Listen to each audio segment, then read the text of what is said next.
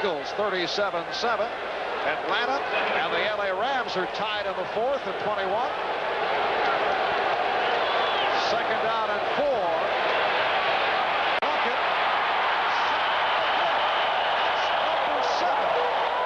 And this time it's Joe Nash, the backup nose tackle, second-year man out of Boston College. Uh-oh, the action's getting a little heavy right now.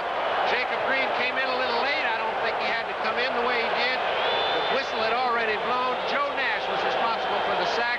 He also was responsible for the touchdown that they made a little earlier. He's the man who's been getting there first quite a bit this afternoon.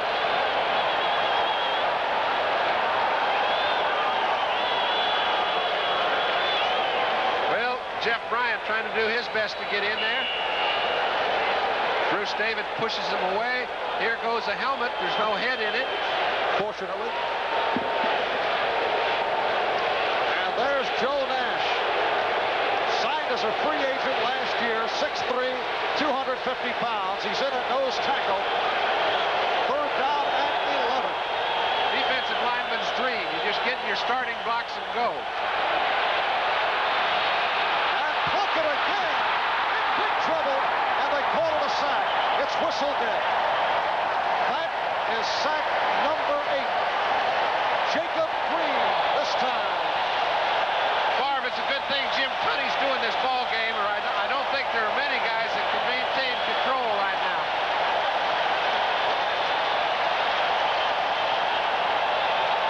He has had a workout. Yeah, but I tell you, he sits there, he's seen it this way before. It takes a lot of man to stand up, keep your head up when you walk off the field. It'll go the other way, but not today. So 2 rough weeks for the Raiders, who barely got by Kansas City last week in a poor performance, and really taking it here from Seattle. And the punt by Guy. This is Johns. He saw the opening. Ball down at the 40-yard line. A penalty marker thrown. 51-yard punt by Guy, and a 13-yard return by Johns. Remember, these two teams play again in 2 weeks. You think it's getting a little heated right now? Wait till you get down there in the Coliseum in about 14 days and see if the heat doesn't rise a little. There's only 1 game difference. These are the 2 contenders in the AFC West. Apparently the flag was waved off. As we go back to the scoreboard, Denver leading Cincinnati 24-17 in the fourth quarter. And Kansas City rolling it up in the second half, now in front of the Giants, 31-17. It's been tough to figure the Kansas City Chiefs. Well, they played so well last week and still lost the ball game. I think they're just a better football team than people recognize. Seahawks have established a club record by coming up with their 8th sack. You know, they're playing great football, but isn't it funny how when people started the season they said, hey, the best division is the AFC East. I'll tell you, the best division is the AFC West. It will be a race right down to the wire. Crowd cheering, responding to the announcement that the Seahawks have established a new team record with the 8 sacks. This telecast is presented by authority of the National Football League, and it is intended for the private use of our audience. Any rebroadcast or the use of this telecast without the express written consent of the Seattle Seahawks and the National Football League is prohibited. 5:29 remaining in the fourth quarter. Here's Marc Wilson, the backup to Jim Plunkett, warming up. We might see a quarterback change. I'm sure we will. It's a pity change. It's, you know, you got to feel sorry for the man after a while. There's no chance to win the ball game with 5.5 minutes left, and they need 2 touchdowns and a field goal and don't have the ball. There's also another man that's come in for the first time all season, Cullen Bryant. He's replacing Curt Warner, and it's not a bad time. So Cullen Bryant now in the Seattle backfield. There's Plunkett on the sideline. First down at the 40-yard line. And this is Bryant. Cullen Bryant in his 11th season Out of Colorado, he played for Chuck Knox in Los Angeles with the Rams. He spent 10 years with the Rams. In fact, finished on the Rams' sixth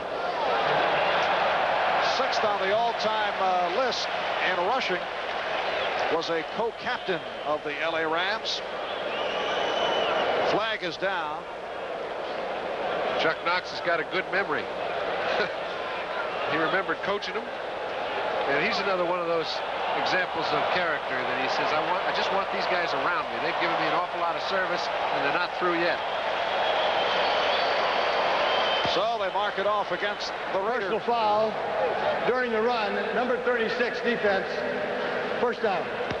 Mike Davis, strong safety call for the personal foul. There's Davis. Last year, a guy who led the NFL in crunching hits and yellow flags, but he has cut down on the penalties. First down at the Raider 21. Seahawks lead at 38-22.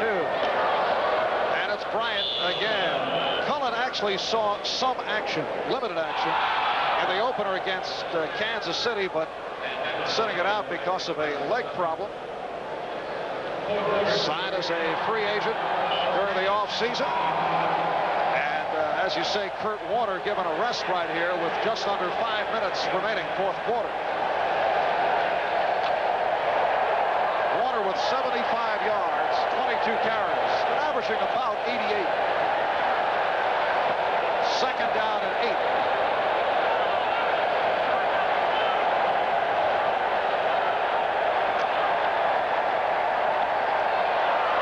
Eric Lane on his first time he's touched the ball from the line of scrimmage and then coughed it up. And again, a flare-up. Let's see.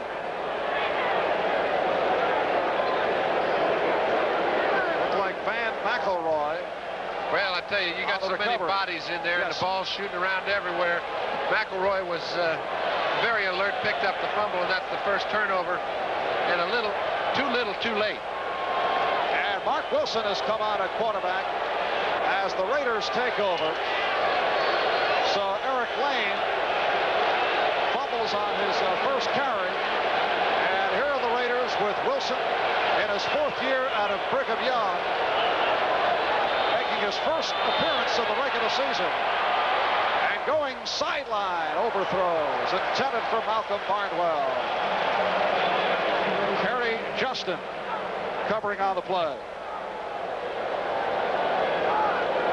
Tom Flores going with Marc Wilson, who was a starter 2 years ago when Plunkett was injured.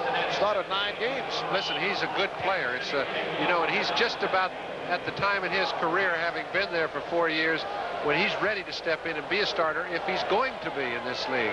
And I think the whole Raider organization recognizes this fact. His time has just not come yet. It's tonight on NBC. First camera followed by Knight Rider at 8 p.m. Eastern Time.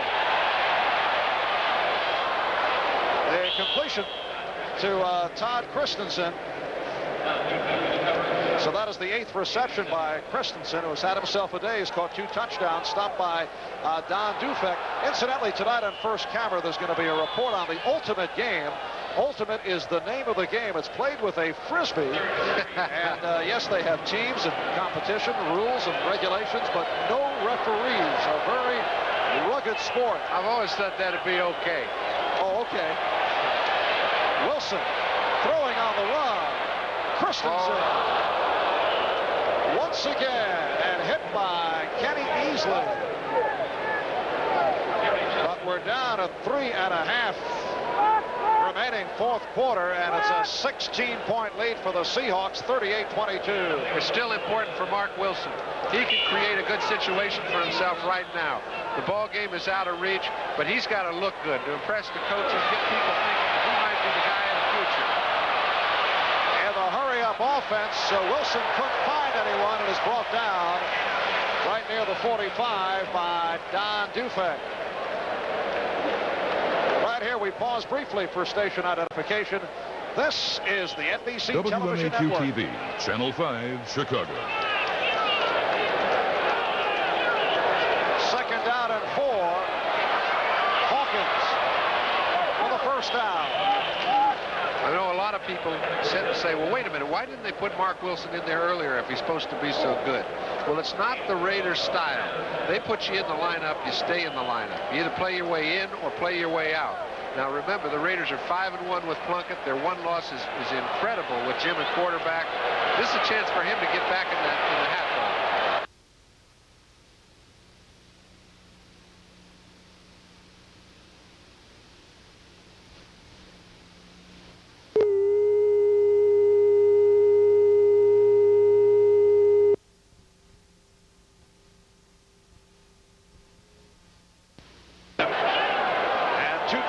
Left, fourth quarter.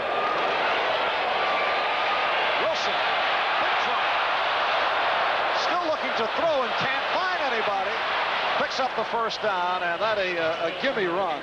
Awful good play, though, by Marc. I mean, they had him by the jersey 3 or 4 times back there. He was able to get out, but when he did, that was when the impressive thing started. Rather than just throw the thing wildly toward Todd Christensen, he made a motion to go downfield. When he did so, the defensive back ran with Todd, and he was able to pick up the first down.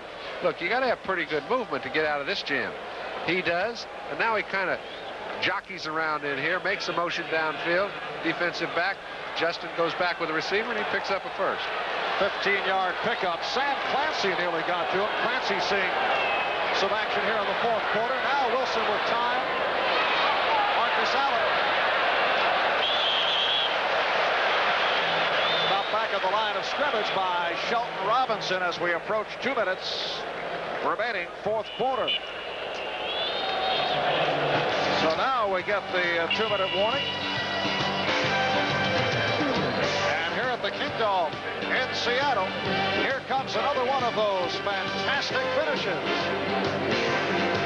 Let's see, we've got Tarkenton, Unitas, Snee, Jurgensen, Hart, Hadel, and Brody, a very select group. Yeah, I think the one thing that we all had in common is we did get together after the ball game and have a brew or two. I can't see any exceptions here. 2nd and 11, penalty marker thrown as Wilson goes incomplete, intended for Cleve Montgomery. Keith Simpson got a piece of it. And the call on the Raiders. It has been another rough day for that Raider offensive line. They were criticized last week for their performance against the Kansas City Chiefs, and not a pleasant day here against Seattle. No, it's not typical of the way they play either. You know, they usually give their quarterback all day when he needs it. And today they've needed it and haven't been given that. Holding 50. Still 2nd down. It's the center, Dave Dalby. Looky here. Yes, Denver over Cincinnati, 24-17. That puts them to within 1 game of the lead. You take a look, 4-3, 4-3, 5-2. What happened to San Diego? They're having a little trouble getting a tie. Good one coming up next week at Mile High. San Diego playing at Denver. John and I will be there to handle that one as Wilson. Nice leaping catch by the tight end, Todd Christensen.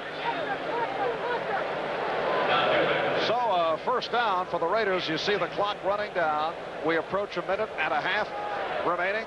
Final score, the Cowboys over the Eagles, 37-7. Hey, Marc throws a good football. He's got a lot of... This is Hawkins down to the 10-yard line. John Harris, the free safety, on the stop, and timeout being called by the Raiders. You know, you take a look at it, number 6, Marc Wilson, and you say, okay, they drafted him first. Obviously, they expected him to play some when they drafted him. It was a matter of time. Plunkett came on and took that job away. It's a critical time in Marc's career because he's either going to be a player in the next year or two, or after having seated himself on the pine for 5 or 6 years, I think his playing days would really be hurt. So he's trying to play himself in the lineup, and I wish him all the luck in the world. Taking Plunkett's job, though, is no easy task. All right, during the course of this timeout, let me tell you, the executive producer of NBC Sports is Michael Weissman. Coordinating producer of NBC's football, Ted Nathanson.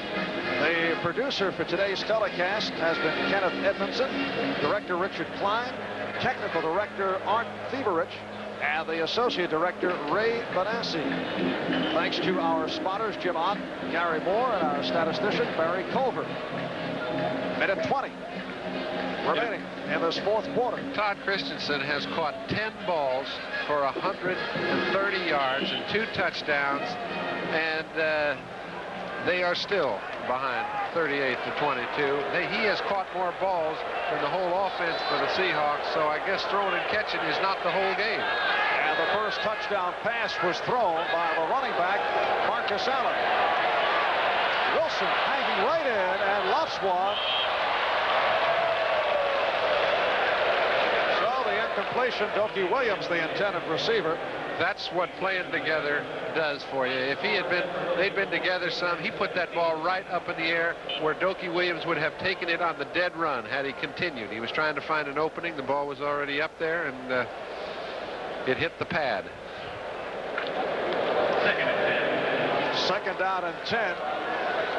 Just outside the 10-yard line. Minute 15 remaining. And the Seahawks with a 38 to 22 lead. Marcus Allen on the reception.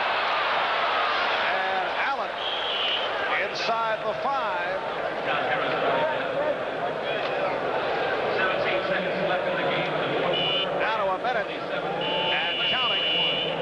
It'll be a third down at about 2. Timeout called by the Raiders. And the Raiders and the Seahawks each have 1 timeout remaining. Recapping the scoring, early first 19-yard touchdown pass, Marcus Allen on the halfback option to the tight end Todd Christensen. Seattle with a long drive consuming 8 minutes, capped off by Dan Doornink taking it in, and we were tied at 7 after 1. Chris Bahr hit from 32 yards away, making it 10-7 Raiders. Plunkett connecting with Christensen for a 17-7 Raider lead at halftime. Early third, it was Jim Zorn who ran it in from 18 yards out, cutting it to 17-14 Raiders. Later on, third quarter, the punt returned by Paul Johns for 75 yards, equaling a Seattle club record. It was 21-17 Seattle. Johnson of the Seahawks connecting for a 23-yard field goal, making it 24-17. Chris Bahr from 42 yards away cut it to 24-20 Seattle. Then the safety, Alzado credited with that safety. It was a 24-22 ball game. Seahawks on top. And a big play, the hit by Jeff Bryant leading to the fumble. Shelton Robinson gobbling it up and taking it in for a 31-22 lead. And then Curt Warner, 6-yard run, making it 38-22 following yet another Raider turnover. Every way you could think of, but throwing. Third down and 2. 58 seconds left, fourth quarter. And Wilson throwing end zone, and it's picked up. Intercepted. It was intended for Allen, and it's Justin again, his second of the day. I guess that's the way this baby ought to end. But a penalty marker down. Kerry Justin, 6th year out of Oregon State with the interception, but let's see if it holds up.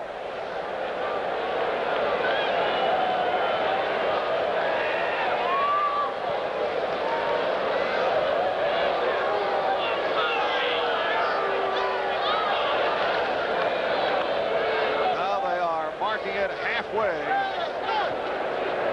Holding defense. So it's against. Before the pass is thrown, half the distance of the goal line, first down. Against Keith Simpson, the left corner. So Raiders maintain possession, and it will be a first and goal from the 1. As they pick up the first down on that penalty. That's Hawkins in motion. And Wilson on the roll. Let's see. Touchdown it is. And a discussion over at the far side as Marcus Allen was able to make the reception inbound. So the Raiders now trail 38-28. You'll notice that the Raiders don't make a lot of substitutions no matter how they stand, whether the game is in the balance or not. They have 11 guys, and they generally keep them all out there, win, lose, or draw. That's why you see number 32 in the ball game at this time. And here is Chris Bahr with 47 seconds remaining. Bahr puts it through. The Seahawks now lead at 38-29. Well, do you think you can predict the next play? Do you think it'll be an onside kick? Nice, John. Hey, what? Masters of the obvious. Only 47 seconds remaining in this fourth quarter as the Raiders will looking at a 5-2 record following today's play, and the Seahawks 4 up, 3 down.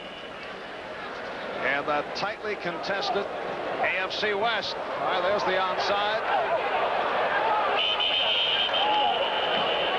Raiders pointing one way, Seahawks the other.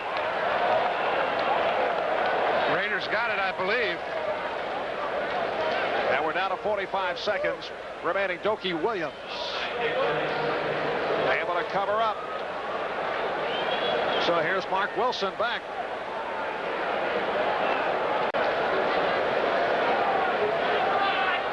I've seen some goofy things happen in this game in my life, but I haven't. And Wilson looking to put it up.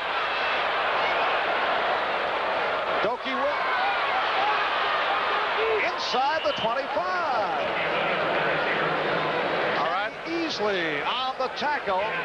Clock running though. Raiders have one timeout left. These guys right now wish they'd hustled a little bit more 2 minutes ago, because they'd have a little bit more time left. They still have a timeout. They've got to score on this play. And Wilson going end zone. He did. Christensen. Beautiful catch by Todd Christensen. Talk about fantastic finishes. We have 12 seconds remaining. Now they've got to really pull one out of their hat. They've got to make it. They have to get an onside kick, but they have to get one 25 yards down the field so they can kick a field goal too. Christensen with his third touchdown catch of the day. Let's take a look. Marc Wilson makes a beautiful throw right over the top of the linebacker. Perfect, but Christensen had an outstanding individual effort. 11 receptions, 3 touchdowns, 152 yards. I don't think I've seen many of those in a losing effort. 22-yard pass play. And now Bahr with the point after attempt. He's got it. It is a 2-point Seahawk lead, 38-36. Well, you know, the Raiders were ahead by 15.